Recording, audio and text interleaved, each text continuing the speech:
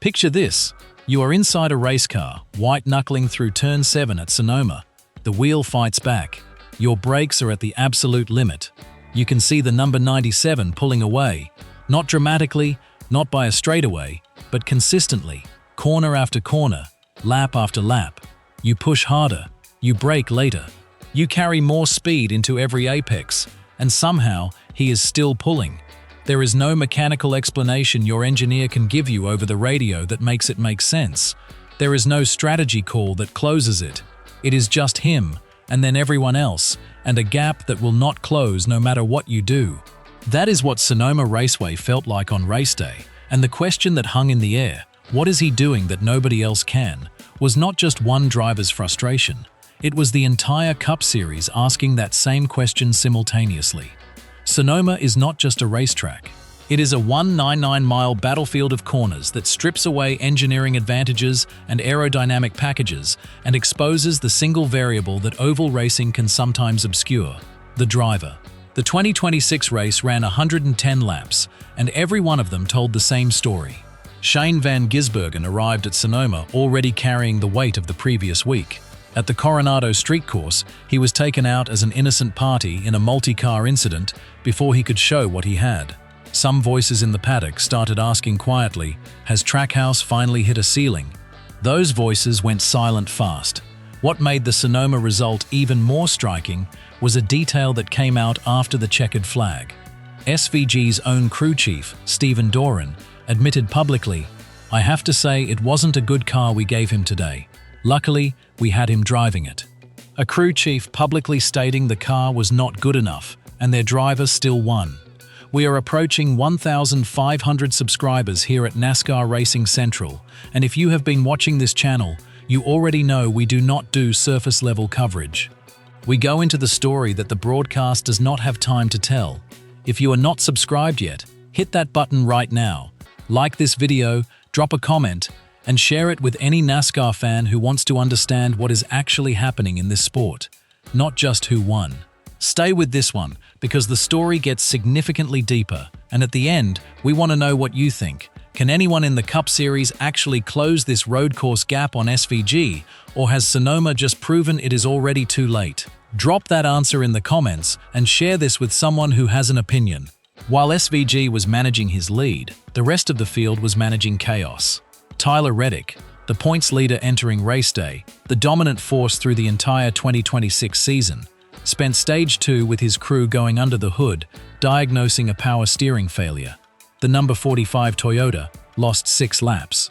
He finished 36th, 4 laps down. Reddick himself described the moment it happened. "Everything seemed fine when we left the pit stall, and then the steering just really got notchy. A championship favorite, neutralized not by competition, but by a mechanical failure, on a day that could not have been worse timed." Denny Hamlin, points contender and co-owner of 23XI Racing, was spun by Carson Hocevar on a restart, fell deep in the field, and salvaged 26th.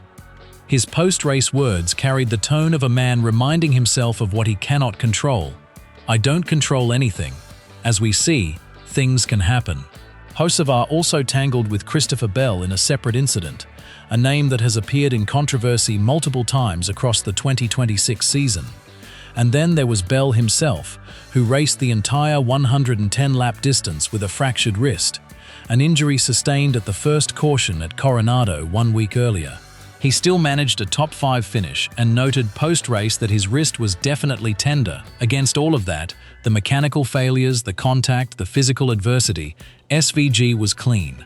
While the field burned around him, he managed his tires, managed his brakes, and managed his lead.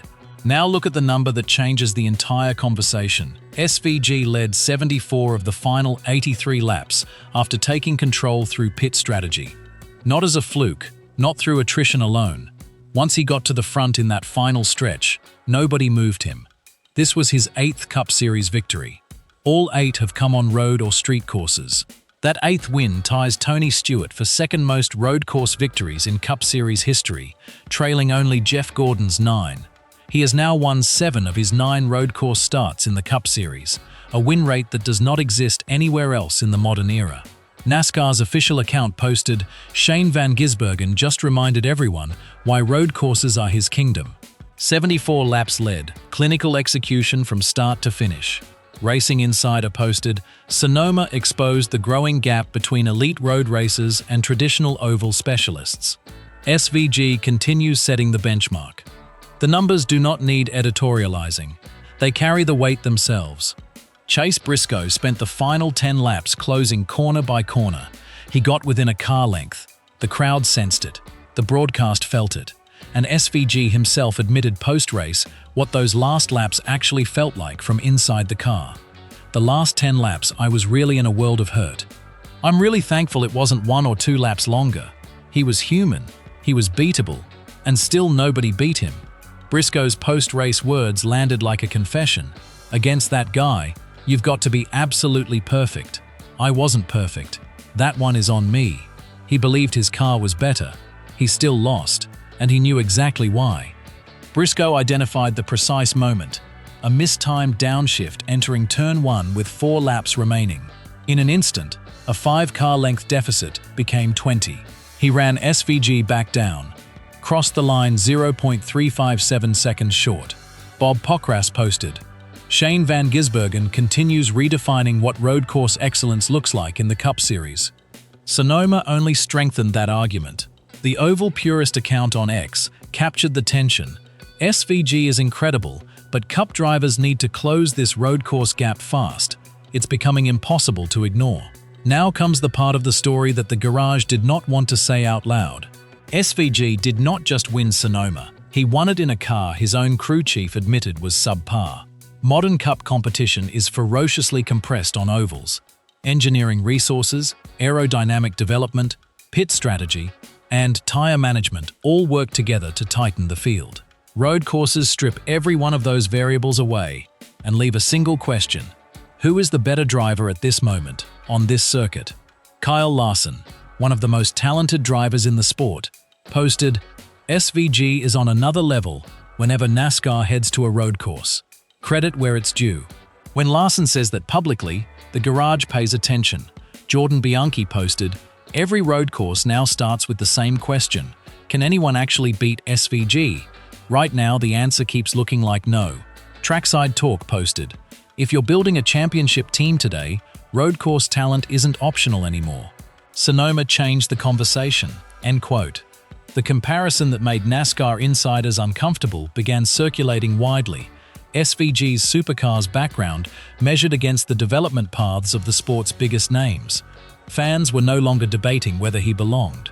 They were debating whether the rest of the field needed to fundamentally reinvent how they approach technical circuits.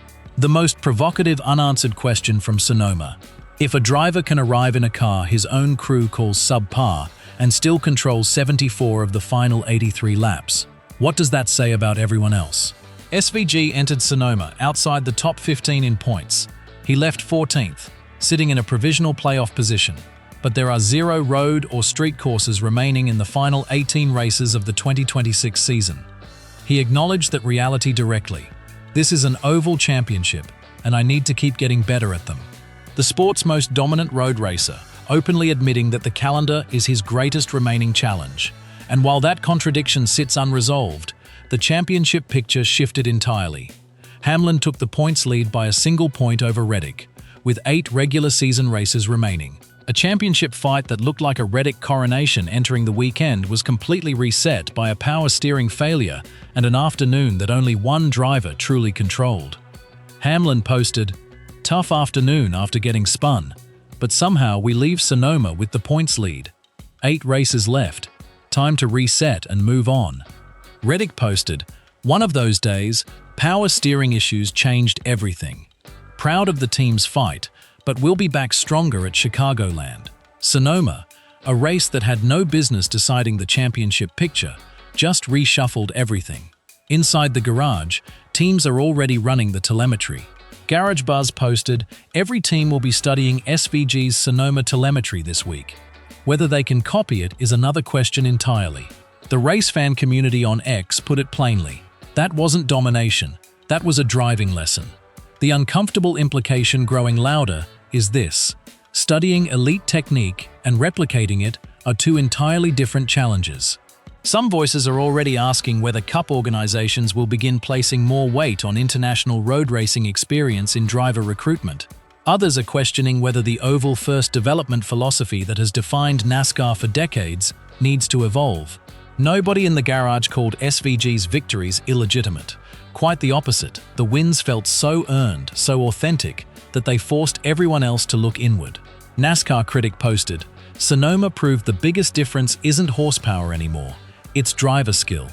SVG keeps exposing that weakness. The next road course is gone, the ovals are coming, and SVG's greatest challenge is no longer the competition, it is the calendar." Drop your thoughts below. Can anyone in the Cup Series actually close this road course gap on SVG? Or has Sonoma just proven it is already too late? Share this video with a NASCAR fan who has a strong opinion on that, because this is exactly the kind of conversation this sport needs to be having right now. If you enjoy real NASCAR breakdowns like this, you'll like what's coming next.